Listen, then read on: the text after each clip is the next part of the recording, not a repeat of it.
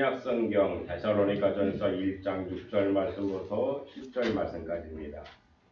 제가 가지고 있는 성경책은 신약성경 329쪽에 있는 데살로니가전서 1장 6절 말씀부터 10절 말씀까지입니다.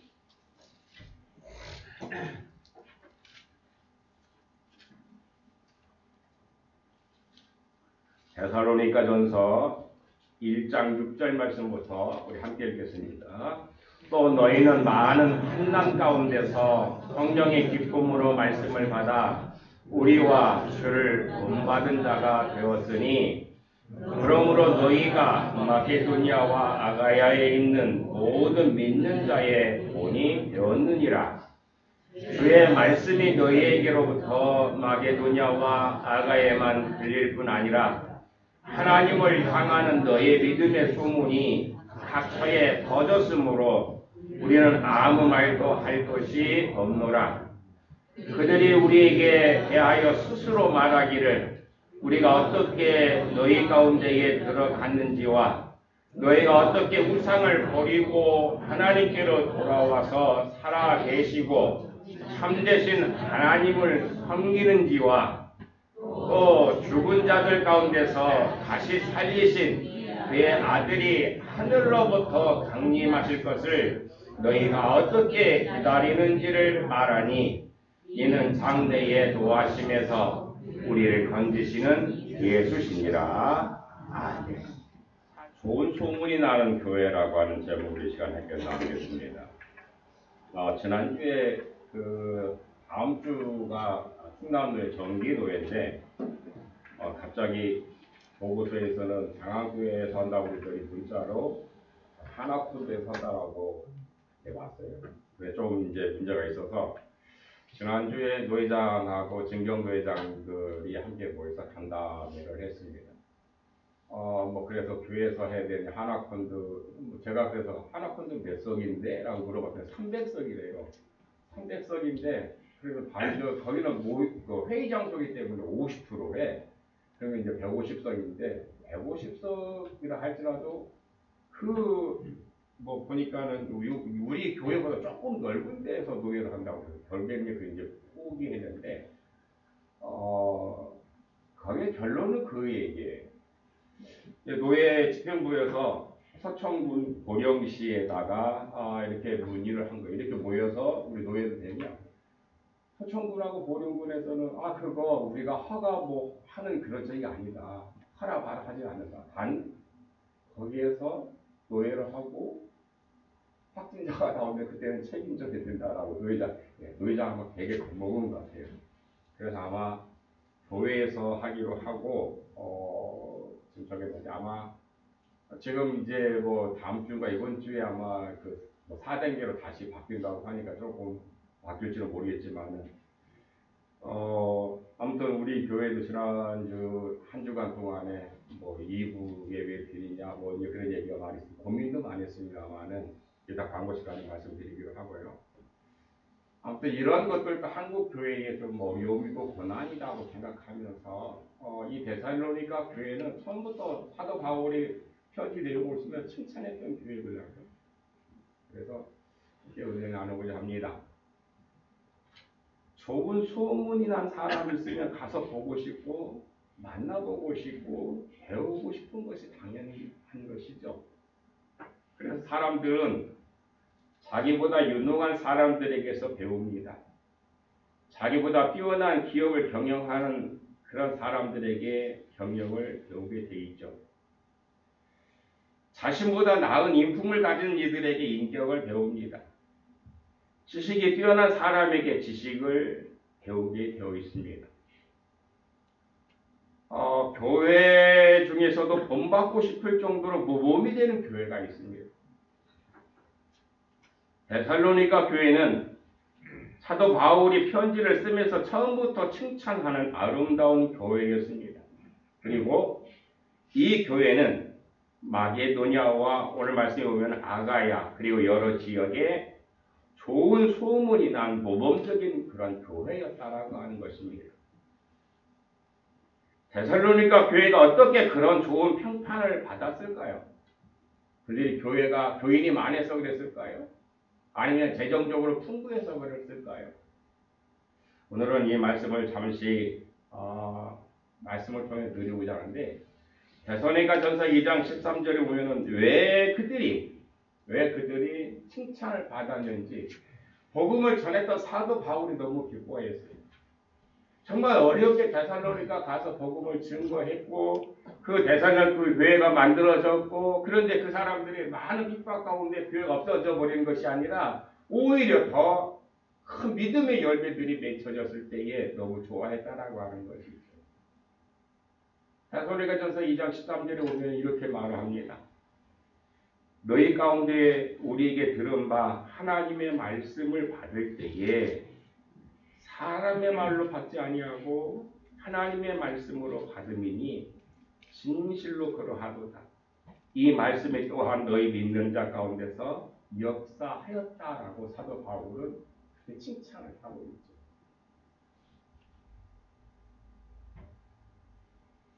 데살로니가 교회는 많은 환난을 겪었습니다. 6절 말씀에 보면은 그렇죠. 또 너희는 많은 환난 가운데서 성령의 기쁨으로 말씀을 받아 우리와 주를 본받는 자가 되었으니 라고 말씀합니다. 그러니까 처음부터 이 데살로니가 교회는 환난을 겪었는데, 그 교회 설립 때부터 많은 환난을 겪었는데 그 환난이 바로 무엇이냐? 복음을 받으면서 시작됐다라고 하는 것입니다. 데살로니가 교회가 받은 환난을 감당할 수 없을 만큼 큰 것이었습니다. 사도행전 17장에 보면은 사도 바울 일행이 데살로니가 교회에서 복음을 증거할 때 그 지역에 사는 유대인들로부터 핍박을 받았다라고 알 수가 있어요. 유대인들이 누굽니까? 그 당시에 하나님을 제일 잘 알고 있었다라고 하는 사람들. 그들로 말미암아 어떻게 보면 때로 보면은 하나님을 전혀 알지 못하는 어떤 다른 사람들로부터 핍박을 많이 겪었는데, 이렇게 같은 나와 다르다라고 하는 이유 때문에 조금 같은 신앙인들이 핍박하는 경우가 있었다라고 하는 거죠. 옛날부터. 이유는 사도 바울이 왜 핍박을 받았을까? 유대인들은 예수님을 인정하지 않거든요. 그런데 사도 바울은 지금 부활하신 예수를 만났고, 그가 전할 때마다 가는 곳마다 부활의 신앙을, 부활의 복음을 설교하는 거예요. 그 유대인들은 예수님을 인정하지 않기 때문에 얼마나 싫어하겠습니까? 그래서 사도 바울을 핍박하기 시작합니다. 사도 바울이 그 지역을 떠나요. 그 굉장히 야손의 집에서 그 데살로니가에 있는 야손의 집에서 머물면서 복음을 증거했는데 너무 핍박이 심하니까 바울이 그곳을 떠나요. 베레아로 가는데, 그러니까 사도 바울을 잡지 못하니까 사도 바울을 기거했던 그 야손의 집 사람들을 또 심하게 핍박하는 것을 볼 수가 있어요. 그뿐만이 아니었어요. 사도 바울의 다음 선교지인 베레아까지 쫓아가가지고 그 복음을 방해하는 것을 유대인들 이 신앙적인 문제는 참 그런 것 같아요. 지독한 것 같아요. 쫓아가가지고 굉장히 힘들게 해요. 그런데 데살로니가 교인들은 그런 상황 속에서도 하나님의 말씀을 받고 그 일로 기쁨이 충만했다라고 했습니다. 데살로니가전서 2장 13절에 보면은 너희가 우리에게 들은 바, 뭘 들었습니까? 복음을 들은 바 아니라 하나님의 복음을 들었는데 그것을 하나님의 말씀을 받을 때에 사도 바울이 전했지만은 사람의 말로 받지 아니하고 하나님의 말씀으로 받았음이니 진실로 그러하도다라고 그렇게 말하죠. 사도 바울이 그렇게 진단한 거예요. 그 사람들 데살로니가 교인들이 왜 그런 핍박 가운데서도 신앙을 지켰는지, 그것은 하나님의 말씀, 사도 바울이 증거했지만은 그것을 하나님의 말씀을 받고 그대로 살려고 노력했다라고 하는 겁니다.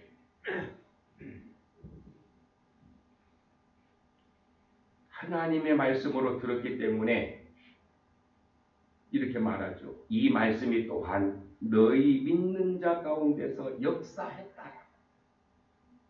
하나님 말씀이 역사를 했는데 사도 바울의 말로 나의 말로 받지 않고 하나님 말씀을 받았기 때문에 그 말씀의 역사가 그 데살로니가 사람들에게 역사했다라고 하는 것이죠. 정말 그들에게 말씀의 능력이 나타나기 시작했습니다. 바울이 데살로니가에서 복음을 전한 이래에 그 당시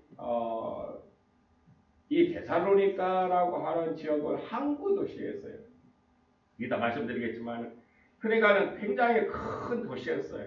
그러다 보니까 되게 등 뜨시고 보면 문제가 없으면 예수 믿지 않는다라고 요즘에는 그런 얘기하는데 그 당시도 마찬가지였겠죠. 그들 부자들은 다 그 당시 그쪽에 보면은 엄청난 그 미신들이 많았죠. 신전들이 제일 많은 지역이에요. 지금도 흔적이 많이 남아있는 지역이니까 대개 보면 부자들 자기들 나름대로 다 그런 신들을 섬기고 그런 신들을 가지고 있었는데 그 당시 복음을 전하고 난 다음에 귀부인들이 데살로니가 교회에 찾아오기 시작했고 그뿐만 아니라 헬라인들 그 당시에 철학적으로 가장 어떻게 보면 지식이 많은 사람들이었습니다. 그 사람들이 데살로니가 교회에 찾아와서 예수를 믿기 시작했다라고 하는 것입니다. 이렇듯 반대와 박해가 거센 만큼 아주 심한 만큼 또한 열매도 많았던 것입니다. 그리고 지금은 복음을 받았을 때 그들을 통해서 사도들이 기쁘게 얘기했다라고 했는데 그 복음을 증거한 사도 바울의 일행들이 복음을 증거하고 아마 어쩌면은 저 같아도 그랬을 거예요. 복음을 증거했는데 이게 열매 맺을까라고 생각했는데 엄청나게 힘들지만 그 데살로니가 교회가 점점 더 큰 일들을 역사가 일어나는 걸 보면서 얼마나 기뻐했을까라고 합니다. 교회란 무엇일까요? 교회는 말씀이 있고 그 다음에 헌신과 봉사가 있고 그 다음에 교제가 있어야 돼요. 성도의 교제가 있어요. 말씀이 없는 그 모임은 교회라고 할 수가 없어요. 아무리 수십만 명 모여도 말씀이 없으면 교회라고 할 수가 없어요. 헌신과 봉사도 마찬가지죠. 교회가 아무리 숫자가 많더라도 헌신과 봉사가 없다라고 하면은 교회로 공동체가 형성될 수가 없어요. 그런데 봉사는요, 하기 싫으면 안 해도 돼요. 봉사는 하기 싫으면 안 하면 돼. 그런데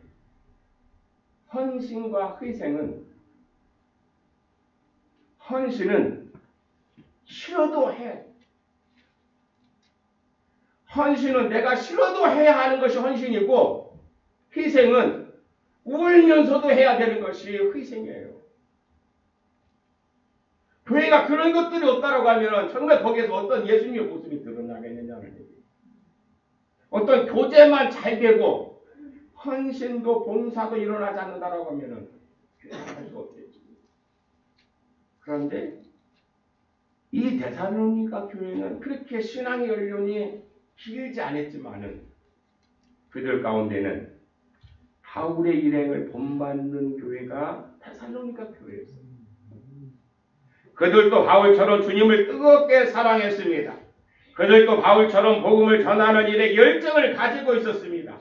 그것이 바울의 일행을 많이 위로했고 바울의 일행을 기쁘게 했다라고 하는 것이 복음을 증거하고 그들이 그렇게 신앙생활하는 것을 보고 얼마나 기뻐했겠습니까? 정말 바울이 1차, 2차 전도, 3차 전도 여행은 이제 로마에 가는 것이지만 2차 지금 전도 여행 때인데 이번이 2차 전도 여행을 하면서 굉장히 어려웠어요. 그런 과정 속에서 사도 바울 일행이 얼마나 기뻐했을까라고 하는 거예요.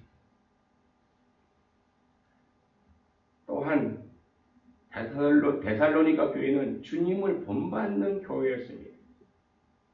주님을 본받는 교회가 어떤 교회일까요? 그 교회, 어느 교회라고 하면은 그 교회가, 그 교회를 보면서 주님을 생각나게 하는 교회가 되어야 주님을 본받는 교회였기 때문에 다른 사람에게도 그렇게 보이지 않을까요?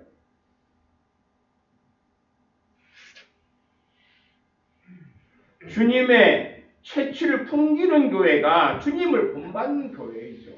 주님의 향기가 드러나는 교회이죠. 사람의 냄새가 나는 교회가 아니라 주님의 향기가 나는 교회가 된다라고 하는 것입니다.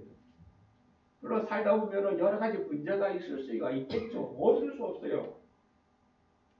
사람들이 10명만 모여봐요. 다 생각 다 다릅니다. 그 생각을 어떻게 내 주장을 관철시키는 것이 아니라 다른 어떤 모임에는 그럴 수가 있겠지만 교회 공동체는 주님이 과연 무엇을 원하실까를 생각해야 되는 거예요. 내 편리를 위한 것이 아니라. 생각해 보세요. 가시밭에 심겨진 백합화는 가시가 찔리면, 바람이 불면 가시에 찔리겠죠. 찔리면은 어떻게 될까요? 가시밭에 심겨진 백합화는 바람에 가시에 찔리면 찔릴수록 그 백합화의 향기는 더 널리 퍼져나간다라고 합니다. 반대로 악취가 나는 물건이 있어요. 그 물건은 건드리면 건드릴수록 향기가 납니까? 제가 말 안 해도 알겠죠. 마찬가지로 그리스도로 충만한 사람은 환난을 겪으면 겪을수록 그리스도의 향기가 진동하게 되어 있습니다. 신실한 그리스도인은 박해를 가하면 가할수록 그리스도의 향기가 나기 마련이라고 하는 것입니다. 우리 신복교회 교우들이 예수의 향기가 나는 아무리 어려운 일이 있다 할지라도 어떤 시련과 환난을 당하더라도 예수의 향기에 젖어 있는, 그래서 그러한 일들이 다가오면 다가올수록 더 향기를, 예수님의 향기를 풍기는 우리 교우들 되시길 주님의 이름으로 기원합니다. 그래야 되지 않을까요? 그래야 좋은 소문이 나지 않을까요?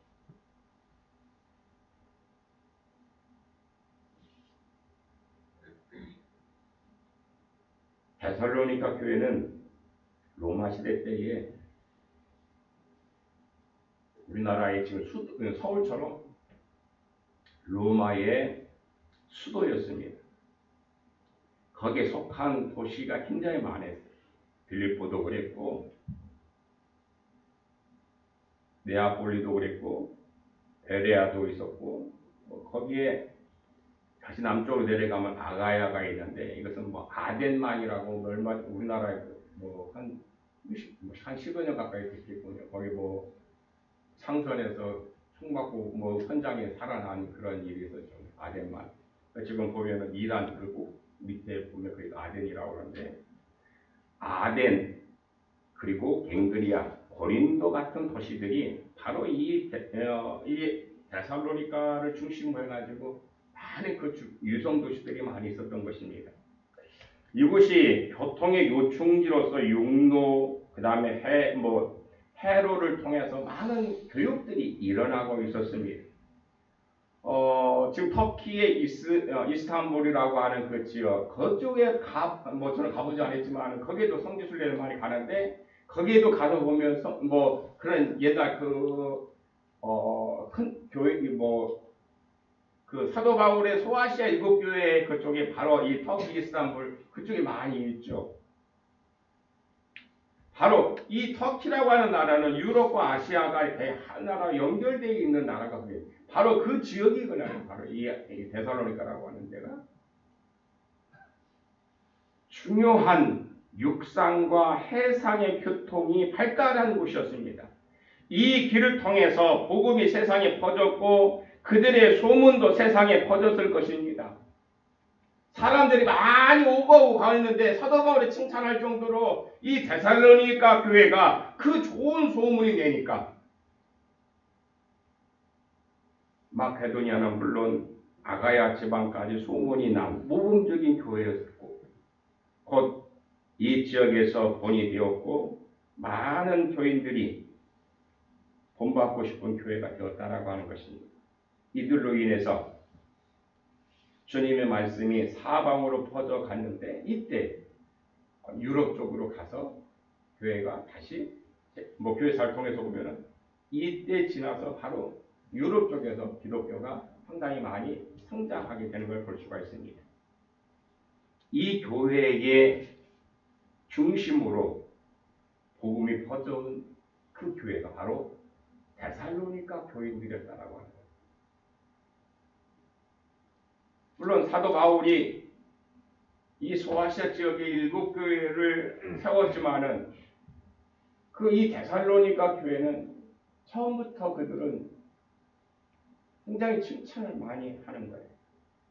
그들이 너무 편안해서가 아니라 많은 어려움도 있었고 많은 시련도 있었지만은 그럼에도 불구하고 사도 바울이 전한 복음을 하나님의 말씀으로 믿었기 때문에 사도 바울이 증거하듯이 하나님의 말씀이 그들 가운데 역사가 나타났다라고 하는 것입니다. 주의 말씀이 너희에게로부터 마게도니아와 아가야만 들릴 뿐만 아니라 하나님을 향하는 너희 믿음의 소문이 각처에 퍼졌으므로 우리는 아무 말도 할 것이 없다라고 사도 바울이 얘기하죠. 데살로니가 교회는 하나님을 잘 믿는다는 소문이 사방으로 퍼졌습니다. 사업도 보면 사업을 해도 좋은 소문이 나면은 그 사업에 성공하는 것이죠. 지금도 그런지 모르겠지만은 이 군산에 가면은 그 짬뽕 먹기 위해서 줄을 서는 사람들이 있다고 하더라고요. 지금도 있는지 모르겠어요, 저는. 한 몇 개월 전에 요 나들장 우리 조카사기 손지원 목사가 저녁에 전화가 왔어요. 제주도에서. 야, 그 서천에 무슨 짬뽕 잘하는 탕수육 뭔가 잘하는 그래서 SBS 틀어봤을 때 진짜 나오더라고. 달인이라고 하는 그 프로에. 지금도 줄 서는지 모르겠어요. 저는 옛날부터 거기 집에 가서 짜장면 같은 거 먹어봤거든요. 그냥 한번 먹을 만한 것이지. 근데 한번 그렇게 소문 나면은 그 다음날 제가 얘기 들으니까 그 집에 줄이 쫙 섰더래요. 소문이 그렇게 중요한 것이죠. 교회도 그렇습니다.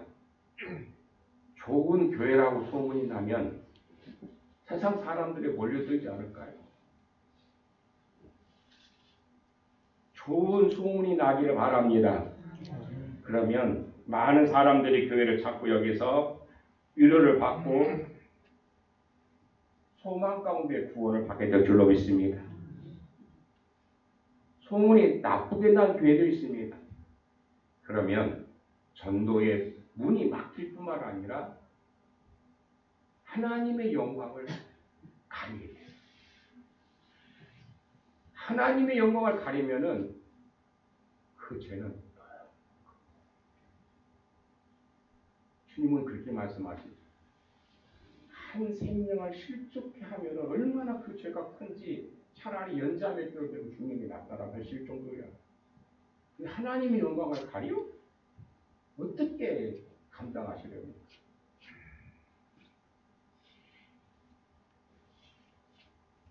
데살로니가 교회처럼 좋은 교회, 소문난 교회가 되기 위해서 여러분 한 사람 한 사람이 최선을 다하는 우리 교우들 되시길 주님의 이름으로 축원합니다.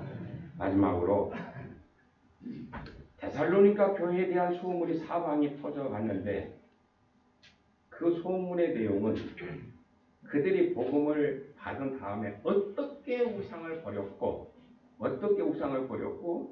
그리고 어떻게 하나님께 돌아왔는지에 대한 신앙적인 체험이었습니다.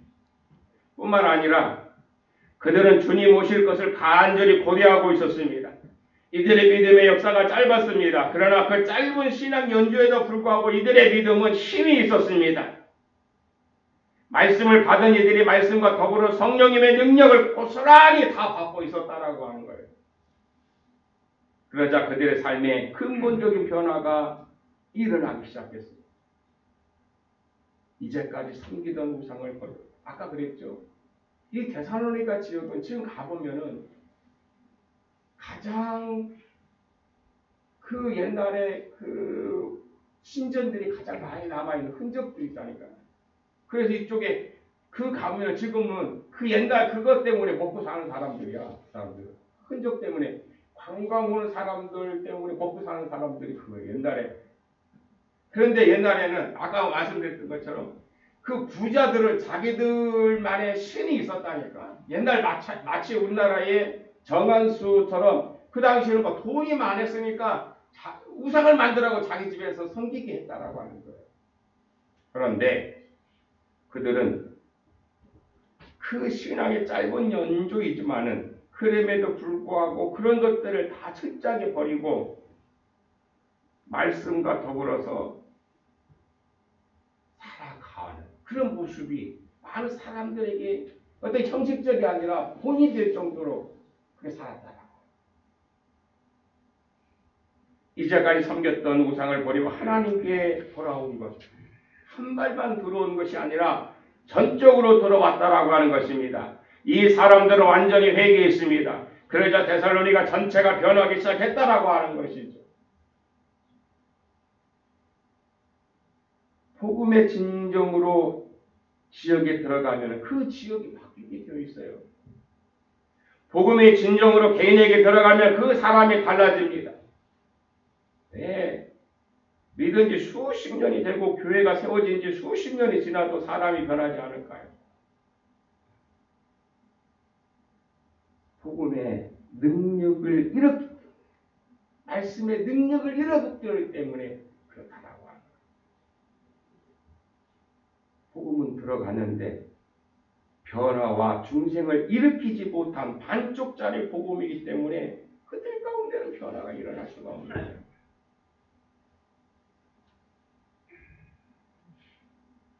진정한 복음은 복음을 받은 사람으로 하여금 하나님께 돌아서게 하는 것입니다. 복음에는 사람을 변화시키고 세상을 변화시키는 능력이 있는 줄로 믿습니다. 다시 하겠습니다. 복음에는 사람을 변화시키고 세상을 변화시키는 능력이 있는 줄로 믿습니다. 내가 그렇게 바뀌어져야 될 줄로 믿습니다. 그 복음을 받고 내가 바뀌어져야죠. 너부터 바뀌는 게 아니라 내가 바뀌는 거야. 그런데 한 번에 다 바뀔 수가 없어요. 우리가 깨달을 때마다 그 한 가지 한 가지부터 시작하면은 여기 100사람이 모여서 한 가지씩 하면 100가지가 바뀌는 거 아니에요. 그렇게 바뀌는 거예요. 한 번에 우리 하나님 성령님께 한 번에 바뀔 수 있겠죠. 그러니까 내가 먼저 깨달아야 돼요. 깨닫지 않고서는 안 돼요. 제가 전에 그 뉴스에 그걸 봤는데 산에 가가지고 산에 다 운동하고 금치 보러 가는 사람들이 있다. 그런데 총성으로 가는 사람이 있더라고. 근데 그 사람 인터뷰한 내용을 보니까 자기는 그 자연이 너무 좋아가지고 그 자연을 너무 훼손되니까 자기 한 사람이라도 시작하면은 그것이 이해되지 않겠느냐는 얘기예요. 그러면서 자기 산에 가면서 쓰레기를 줍는 거야. 배낭에 쓰레기를 잔뜩 놓는 거야. 근데 그것이 얼마부터 시작했는지 모르지만 900명이 넘었다라는 걸 시작하는 거야. 지금 우리 우리나라도 환경 문제 아주 심각하고 그런데 이 환경 문제 누가 시작한지 아십니까?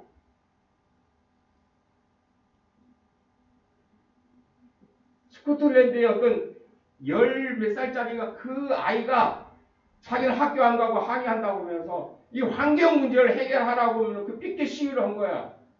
그때부터 시작해가지고 지금 이게 전 세계로 발전해가지고 지금 시작된 거란 말이야. 마찬가지예요. 그러나 갑자기 사람이 바뀌면 안 돼. 우리가 은혜를 받고 그 복음에 대해서 내가 깨닫게 되면 한 가지부터 시작하면은 우리는 언젠가는 변하게 돼 있는 거예요. 완벽한 사람은 어디 있어요? 다 실수투성이고 약점투성인데.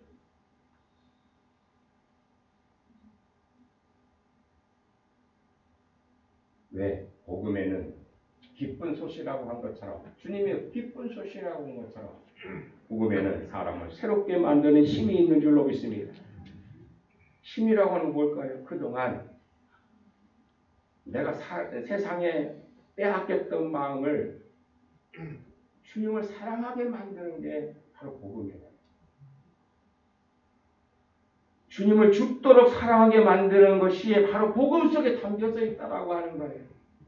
자신의 고집이 꺾여지고 하나님 말씀에 순종하게 만드는 그 힘이 바로 복음에 있다라고 하는 것입니다.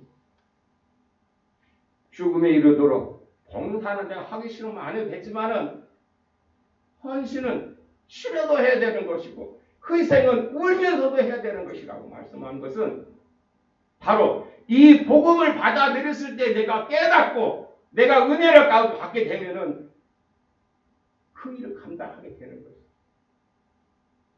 사울이라고 하는 청년이 정말 하나님에 대해서 너무너무 살아간다라고 했어요. 그래서 예수 믿는 사람들 잡아 죽이려고 하다가 담의 도상에서 예수를 만나게 되죠. 그러나 어떻게 바뀌었습니까? 그러지 않아요. 엄청나게 바뀐 거예요. 복음이라고 하는 건 바로 그런 거예요. 그 복음을 깨달으면은 순종하게 되어 있다라고 하는 것입니다. 복음이 들어가면 복음을 받은 사람으로 하여금 죄된 삶, 어둠의 일을 벗고 빛의 옷을 입고 빛의 삶을 웃으면서 살게 되어 있는 거예요. 아까 얘기했던 것처럼 우리가 얼굴에 누가 싸울 듯한 그런 모습이 아니라 웃어가면서 세상 사람들한테 희망을 줄 수 있는 미소를 전할 수 있는 사람, 바로 복음을 받은 사람만 가능하다라고 합니다. 복음의 역사하면 아무도 인정하지 않는 사람이 아니라 모든 사람들이 감동받는 예수 믿는 사람이 될 것입니다. 변화된 그리스도인의 삶은 인생관이 바뀌는 것이죠. 세계관이 바뀌는 것이죠. 물질관이 바뀌는 것입니다. 모든 사물에 대해서 가치관이 바뀌는 것입니다. 지금까지 내가 생각했던 것, 어떻게 이원론적으로 이 교회 안에서의 생활과 그 바깥의 생활이 다른 것이 아니라 하나씩 일치해 가는 것이 바로 복음의 역사를 누리는 사람들의 모습이라고 믿습니다. 성도 여러분, 사도 바울은 2차 전도 여행 때에 3주 동안 데살로니가에 가서 복음을 증거했습니다. 그러나 그곳에 있는 유대인들의 핍박이 너무너무 컸어요. 얼마나 심했는지 데살로니가 다음에 베레에까지 가서 복음을 증거할 때까지도 그들 엄청나게 힘들게 했던 사람들이 유대인들이었습니다. 그렇지만 그거에 대해서 어떤 변명도 하지 않았습니다. 하여튼 그 힘들지만 그럼에도 불구하고 데살로니가 성도들은 3주 동안 받은 복음으로 환난을 이겨내고 그 교회를 세워가서 그 복음으로 말미암아 세상에 좋은 소문이 나기 시작했는데 그것이 북으로는 유럽 쪽으로 아프리카의 모로코 쪽으로 있죠. 이렇게 지중해 이게 그 위에 그쪽에 이 교회를 통해서 전해지기 시작했다라고 하는 것입니다. 데살로니가 교회는 많은 교회들의 모범이 있었습니다. 그들이 경제적 여유가 있어서 그래가 아니라 교회에 많아서가 아니라 교회를 화려하게 지어서가 아니라 복음을 오직 하나님의 말씀으로 받아들이고 그 말씀을 따라 살아갈 때에 그 지역의 많은 사람들을 변화시켰다라고 하는 것이죠. 환난을 받을 때나 그렇지 않을 때에도 항상 하나님을 잘 섬기는 소문난 교회, 소문난 성도들이 되기 위해서는 하나님의 말씀을 사람의 말로 받지 않고 글씨로 문자로 읽지 않고 하나님의 나에게 주신 영적 양식이라고 믿고 그 말씀이 나를 감동시켜서 하나하나 여러분의 삶이 주여 하나님을 감동시키는 복이는 하나님을 감동시키면 세상 사람도 감동되는 것은 당연한 일입니다. 그러한 삶이 되시길 주님의 이름으로 축원합니다. 기도하시겠습니다. 주님, 어려운 시기에 저희들에게 귀한 사명을 주시고 모두가 심도를 할 때에 기뻐하며 감사하며 주님을 찬양할 때에 희망의 꽃이 피어질 수 있도록 축복하여 주시옵소서. 예수님의 이름으로 기도하옵나이다.